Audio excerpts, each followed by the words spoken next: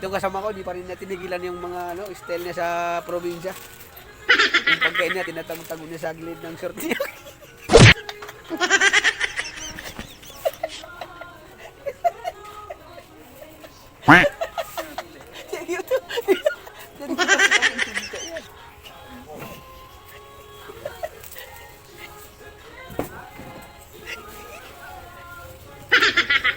Siguro lalim din ah. Siguro din.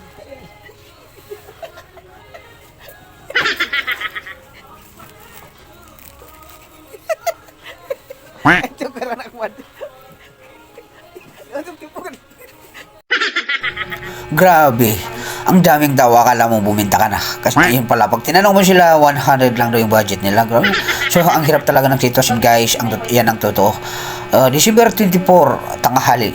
Ang daming tao nakikita niyo, napapansin niyo naglalakad sa loob ng aming palengke. Pero ang karamihan talaga dyan, konti lang ang budget sa hirap ng panahon. Pumunta ko dyan dahil sa ang akala ko dami ng customers namin, pero hindi pala, paisa-isa na lang ang mga tao. So nandyan pa lang ako sa gitna ng aming palengke. Kung nakikita nyo, nag-ayos na lang ako ng aming mga paninda kasi magulo na, nagkahalo-halo na yung mga big size, small size. So kailangan talaga magkahiwa-hiwalayan para hindi malito ang mga mamili sa atin kung sakalang may darating na swerte sa atin. So yan guys, ang ginagawa ko dyan, pinaghiwa-hiwalay ko yan para pagdating ng mga customers natin, maganda, maayos ang kanilang pamimili. Pinaghiwa-hiwalay ko yung mga small size, mga big size, mga panlalaki at mga pambababae para so madali lang hanapin kung sakaling may magtatanong sa ating mga customers. So yan dahan-dahan ko na lang inaayos yan kahit papaano ay nakagawa ko ng trabaho sa aking sarili kasi walang bumibili. Nakakatamad na. Pupupo na lang ako, akala nyo manager na, pero yung wala ko lang nakulang sa pera. Hindi pa ako nakapagmerinda niyan guys, kung nagtitiyaga lang ako dyan pag nakabenta ko yun. Baka sakaling makabili yan ng merinda.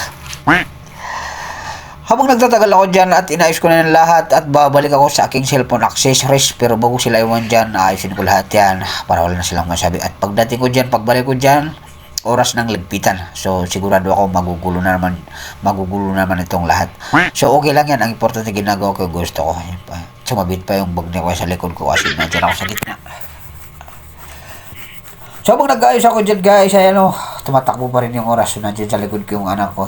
Pero hindi ko alam kung lalaki yan o babae. So inaayos na yung mga iba na may mga paninda dyan sa kabilang stall namin guys. At pagkatapos niyan, ay alam ko na yung gagawin ko, hihingi ng pera pang merinda. Pero wala naman akong dala-dalang pera dyan, wala pa tayong binta.